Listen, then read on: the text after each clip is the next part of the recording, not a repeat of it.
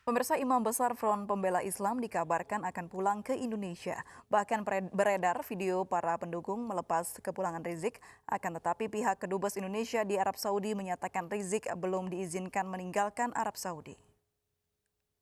Kita semua, di mana insya Allah kalau tidak ada halangan. Video pengumuman Imam Besar Front Pembela Islam atau FPI Rizik Syihab yang menyatakan akan kembali ke Indonesia viral di media sosial. Di hadapan pendukungnya yang berkumpul di sebuah rumah, Rizik bicara terkait kepulangannya bersama keluarga ke tanah air. Di antara kita semua, di mana insya Allah kalau tidak ada halangan dalam waktu dekat, saya sekeluarga akan kembali ke tanah air. Insya Allah dalam waktu dekat ini, tidak lama lagi, saya sekeluarga akan kembali ke Indonesia. Pihak FPI belum mengkonfirmasi kapan Rizik akan kembali ke Indonesia dan bagaimana prosedurnya. Namun telah beredar video ucapan selamat jalan dari sekelompok WNI yang diduga berada di Arab Saudi yang diunggah Twitter HRS Center. Sementara Duta Besar RI di Arab Saudi, Agus Maftuh Abe Gebril telah menyatakan Rizik Syihab belum diizinkan keluar dari kota Mekah, Arab Saudi karena masih berstatus Red Blink. Menurut Maftuh, dalam sistem portal imigrasi kerajaan Arab Saudi, blinking merah dengan tulisan Taksyirat Mutanahiyah berarti visa habis dan terdapat tulisan mukhalif atau pelanggar undang-undang pada kolom keterangan status Rizik Syihab. Ini bukanlah pertama kalinya Rizik dikabarkan akan kembali ke Indonesia. Sejak berada di Arab Saudi pada April 2017 dan terganjal masalah overstay visa hingga isu pencekalan. Setidaknya 6 kali sudah Imam Besar FPI itu dikabarkan akan kembali ke tanah air, namun tidak terrealisasi hingga saat ini.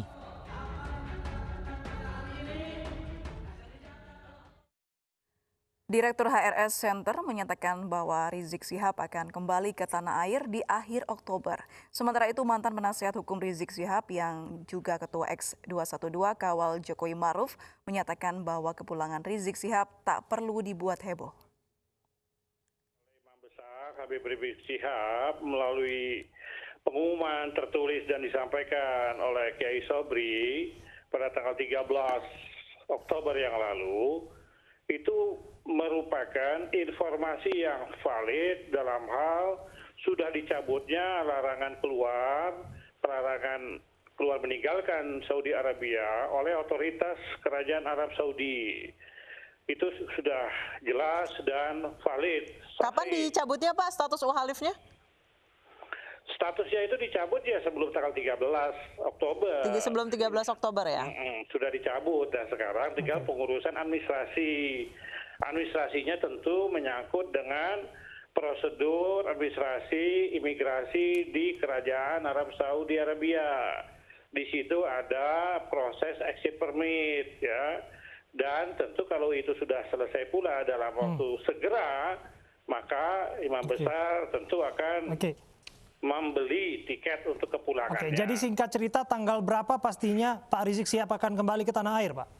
Kalau tanggal itu kami tidak dapat memastikan, tapi informasi yang kami dapatkan dari yang bersangkutan, Imam Besar itu pulang ya di bulan Maulid tahun ini.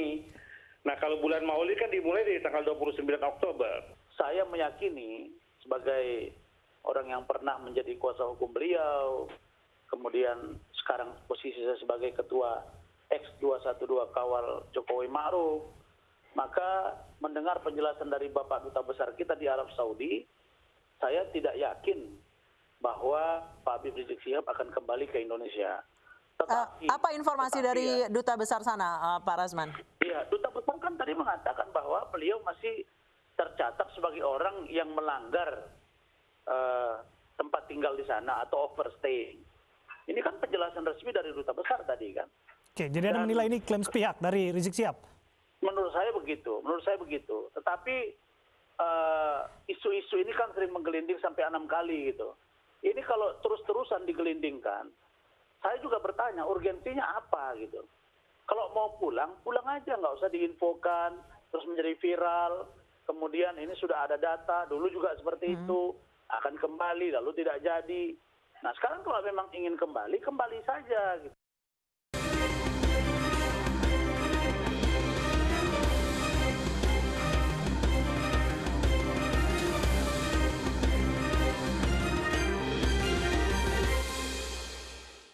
Cawalkot Medan nomor urut 1 Ahyar Nasution belusukan ke Pasar Sukaramai dan mendengar keluh kesah pedagang. Sementara Bobi Nasution menemui pengurus dan kader PDIP se-Kecamatan Medan Tuntungan dan meminta mereka solid memenangkan pasangan Bobi Aulia.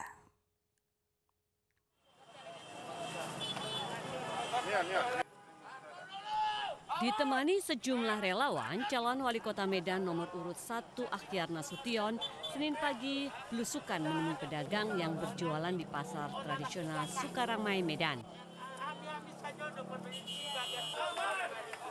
Selain mendengar keluh kesah pedagang, Ahyar juga menyempatkan diri belanja sayuran serta memantau saluran drainase pasar yang banyak tersumbat karena tumpukan sampah. Menurut Ahyar, para pedagang mengeluhkan kondisi pasar yang kumuh dan tidak tertata. Dirinya berjanji akan menindaklanjuti hal tersebut jika terpilih sebagai wali kota pada Pilkada 9 Desember mendatang.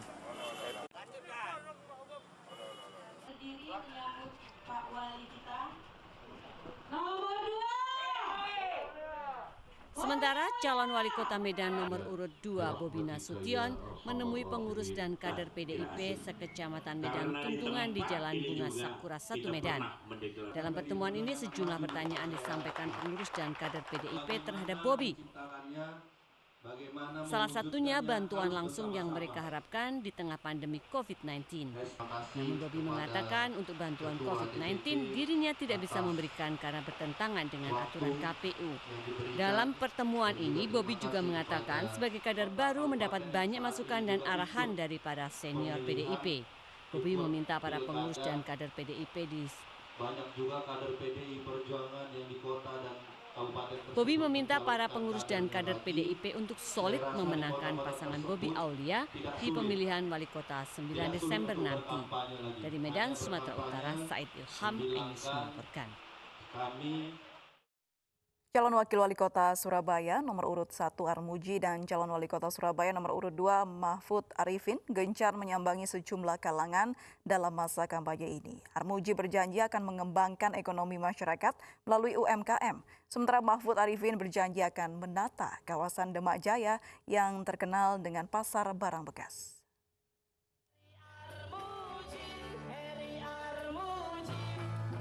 Calon Wakil Wali Kota Surabaya nomor urut 1 Armuji berkampanye dengan menyapa warga di Kampung Simo Hilir.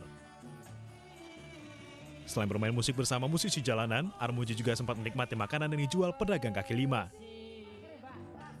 Dalam kesempatan ini, Armuji berjanji akan mengembangkan ekonomi rakyat melalui UMKM. UMKM yang tentunya menjadi pahlawan-pahlawan ekonomi. Ini kan suatu keberhasilan yang sudah kita lakukan. Keberhasilan pemerintah kota juga keberhasilan saya waktu saya memimpin Ketua DPRD Kota Surabaya. Sementara calon wali kota Surabaya nomor 2 Mahfud Arifin mengunjungi kawasan Demak Jaya yang terkenal dengan pasar loaknya. Ia berjanji akan menata kawasan tersebut dengan membangun pasar khusus barang bekas. Kita berharap ada kemampuan daya beli warga. Jangan orang itu sekedar dikasih makanan, tapi kasih pekerjaan. Ya, kita mau membuka lapangan kerja 1 tahun 100.000. Dari Surabaya, Jawa Timur, Nur Syafei, iNews melaporkan. Badan Pengawas Pemilu Kabupaten Tuban, Jawa Timur menggandeng santri dan pelajar menjadi mitra pengawas Pilkada serentak 2020. Para pelajar dibekali pengetahuan politik dan pemilihan kepala daerah agar dan mengawasi mencegah terjadinya pelanggaran pemilu.